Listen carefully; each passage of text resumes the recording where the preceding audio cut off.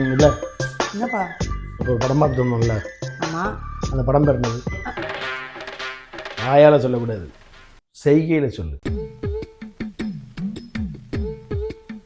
என்ன fan of பண்ணுமா? Of ஆகி தான் இருக்கு.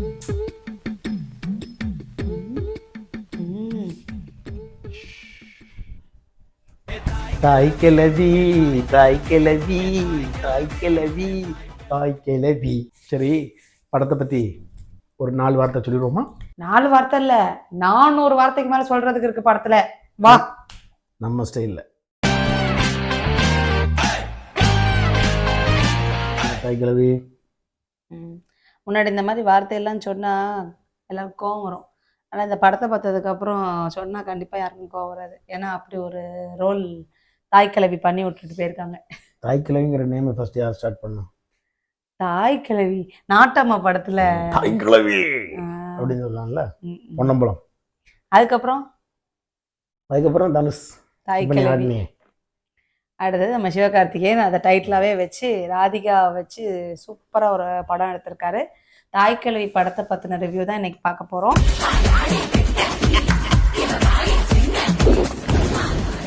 இப்போ தான் பார்த்துட்டு வந்திருக்கோம். பார்த்த உடனே ரிவ்யூ சொல்லணும் அப்படின்றதுக்காகவே உட்காந்துட்டோம். சரி, நீ சொல்லு டைரக்டரு, அதில் காஸ்டிங் பண்ணவங்களெல்லாம்.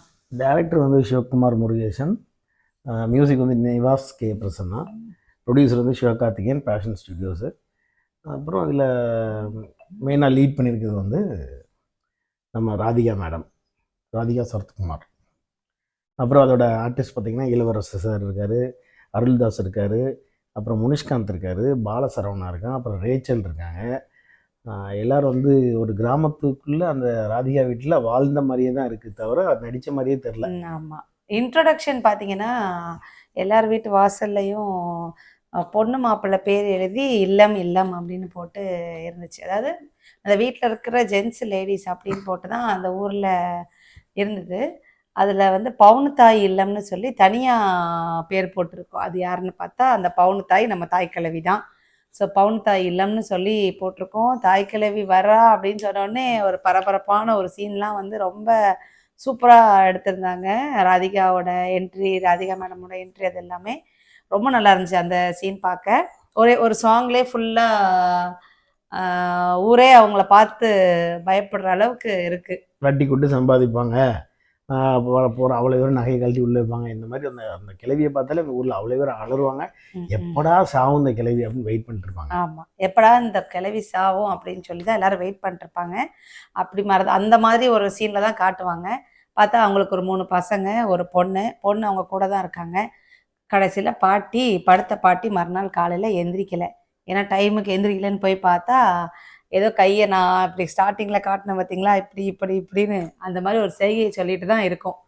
பாட்டில் வந்து இளவரசன் வந்து ஒரு பிட்டை போட, இவங்க இவ்வளோ நகை வாங்கிட்டு போன ஒரு பிட்டை போட.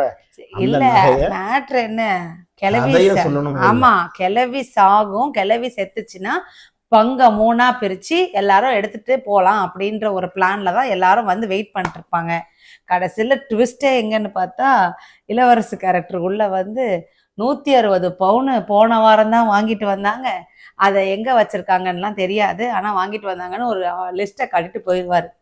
அப்புறம் பாட்டியை காப்பாற்றுறாங்களா இல்லை அந்த எத்தனை 150 பவுனையும் கிடச்சிதா அப்படின்றதான் மீதி கதையை கொண்டு போனாங்க. இல்லை நமக்கே என்னவா இருக்கும். ஆமாம், பாட்டி ஏன்னா வாரம் பார்த்தீங்கன்னா கிளம்பி ஊருக்குள்ளே இருந்து கிளம்பி எங்கேயோ ஒரு இடத்துக்கு பஸ்ஸில் போயிட்டு வருவாங்க. அந்த சீன் என்னன்னே நம்ம காட்ட மாட்டாங்க. இந்த சீனும் அந்த சீனையும் ரிலேட் பண்ணி பார்த்தா உண்மைதானோ அப்படின்ற மாதிரி தெரியும். ஏன்னா பாட்டி வந்து ஊருக்குள்ளே 72 வயசாயும் சம்பாதிக்கும், வட்டிக்கு விட்டு சம்பாதிக்கும்.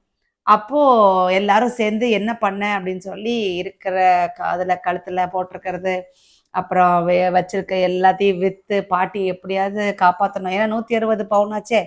இப்போ பவுன் விற்கிற விலையில் 160 பவுன்லாம் கிடைச்சா கோடீஸ்வரன் ஆயிடலாம் நம்ம. அதனால் எல்லாரும் பாட்டியை காப்பாற்றுற இதில் ரொம்ப சீரியஸாக இருப்பாங்க. இதில் வந்து முனிஷ்காந்த் கேரக்டர் கொஞ்சம் நல்லாவே ப்ளே பண்ணியிருந்தார். அவரோட நாங்கள்லாம் கல்யாணத்தை பண்ணிக்கிட்டு ஏன்டா பண்ணிக்கிட்டோன்னு தான் வருத்தப்படுதோம், நீ ஏன் கல்யாணம் பண்ணணும்னு அலையிற அப்படின்னு சொல்லும்போது அவர் ஒரு வாக்கியம் சொல்லுவார், அது வந்து ரொம்ப டச்சிங்காக இருந்தது. என்னன்னு சொல்லி பார்ப்போம்.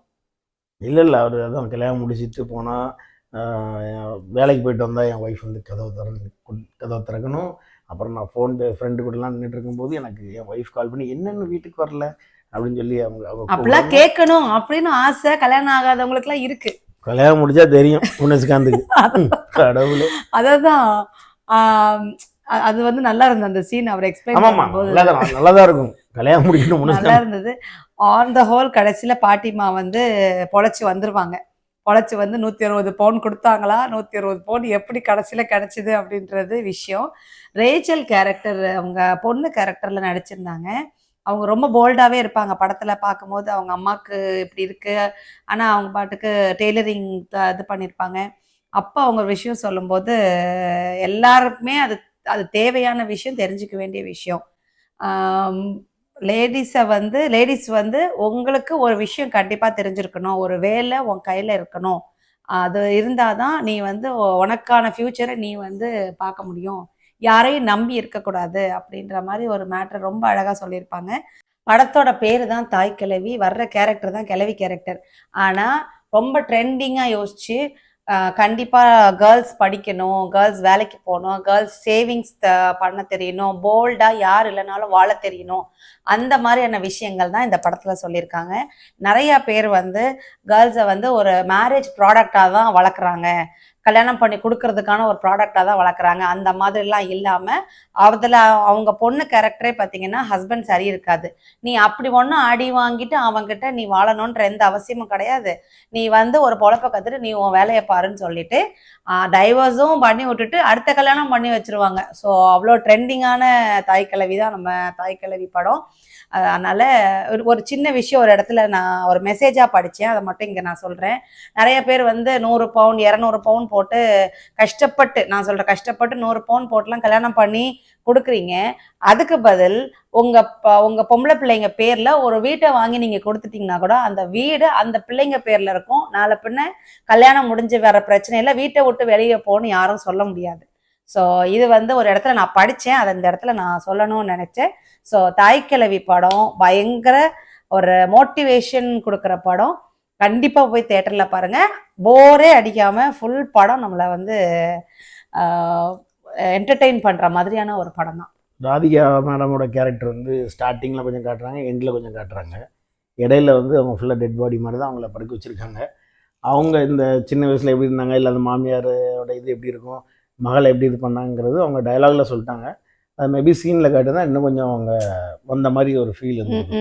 அவங்க வந்து இவங்க இவ்வளோ கொடுமைப்படுத்தியிருக்காங்கன்னு ஒரு சைடு சொல்லுவாங்க, என்னைய வந்து நல்லா ஸ்ட்ராங்காக மாற்றினதும் அவங்க தான் அப்படின்றது வார்த்தையாலே முடிஞ்சிருச்சு. அதை மேபி சீன்ஸாக 2-3 இடத்துல காட்டியிருந்தா இன்னும் கொஞ்சம் நமக்கு டச்சாக இருந்திருக்குமோ, க்ளோஸாக இருந்திருக்குமோன்னு தோணுச்சு. அதனால கண்டிப்பாக எல்லாரும் இந்த படத்தை ஒரு வாட்டி பார்த்துருங்க, ரொம்ப நல்லாயிருக்கும், போர் அடிக்காது. அந்த கிராமத்துக்குள்ளே மதுரைக்குள்ளே போன மாதிரி ஒரு ஃபீல் கொடுத்துருக்காங்க. முக்கியமாக அந்த பாட்டி வாரம் கிளம்பி எங்கே போகுதுன்ற விஷயத்த மறக்காம பாருங்க, பயங்கர ட்விஸ்டர் தான். தேட்டரில் போய் எல்லாரும் போய் பாருங்க. இன்னொரு நல்ல சூப்பரான படத்தோட உங்களை வந்து சந்திக்கிறோம். ஜாக்சன் அனு, பாய்.